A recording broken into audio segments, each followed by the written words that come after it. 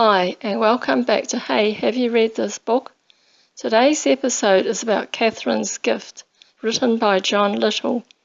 This is an inspirational story about a remarkable woman who has dedicated her life to help the unfortunate women of Ethiopia who suffered terribly from shame and were often rejected by their families.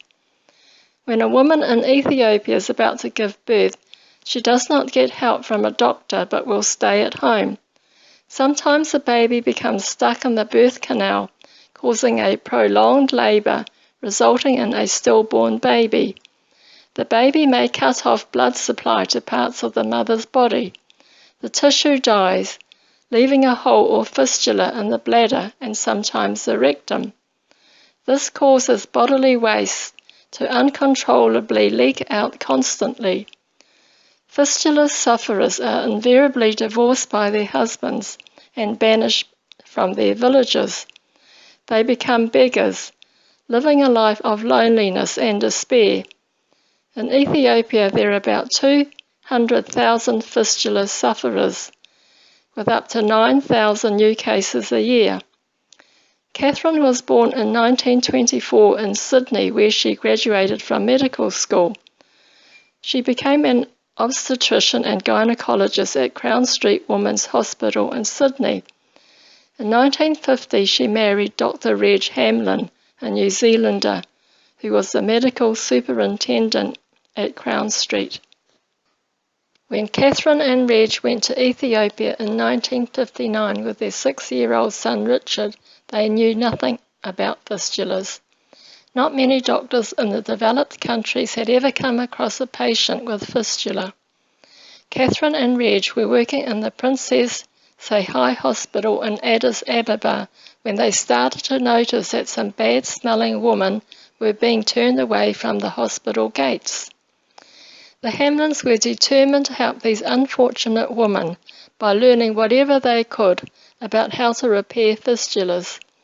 After studying the work of other surgeons on fistula repair, Catherine and Reg started to operate on fistula cases. In 1972, Catherine and Reg opened the Addis Ababa Fistula Hospital, devoted solely to fistula surgery. Reg would go out in his car and ask people if they knew of any fistula cases. He would then find these women and take them back to the hospital. As fistula sufferers in the provinces became aware of the operations available to them, they would beg for money until they had enough for the bus fares to travel to the hospital. Sometimes it took years to raise enough money for the fare. Several women would arrive at the hospital every day. The Hamlins would take leave from the hospital every 3 years to go to America or Australia to raise money for their hospital. In 2004, Catherine appeared on the TV show Oprah, and the following year Oprah travelled to the hospital to film another episode for her show.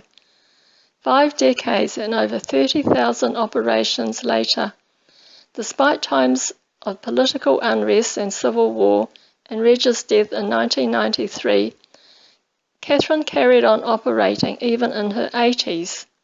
Catherine has received numerous awards, including Australia's highest honour, the Companion of the Order of Australia, and has been nominated for the Nobel Peace Prize.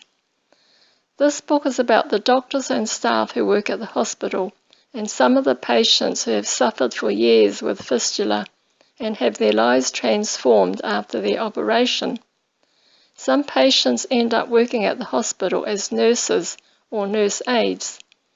One of the best surgeons at the hospital used to be a patient. Some women who have chronic injuries can go to live at Destamendo, a farm and village on the outskirts of Addis Ababa. While they are at Destamendo, the women learn basic literacy and become trained in a skill that they can use when they go back to their communities. Destamendo has market gardens, an orchard, chickens and dairy farms. Catherine knows that the fistula problem could be solved by having a network of trained midwives to attend the mothers giving birth. 85% of the people in Ethiopia live in rural areas, and 95% of births are carried out with no trained assistance. Catherine's plan is to open 25 clinics with trained midwives, and she is working towards this goal by raising awareness and tirelessly pressuring the Ethiopian government. Some doctors who come to Catherine's hospital to learn how to repair fistulas have opened other hospitals in Ethiopia and other countries in Africa.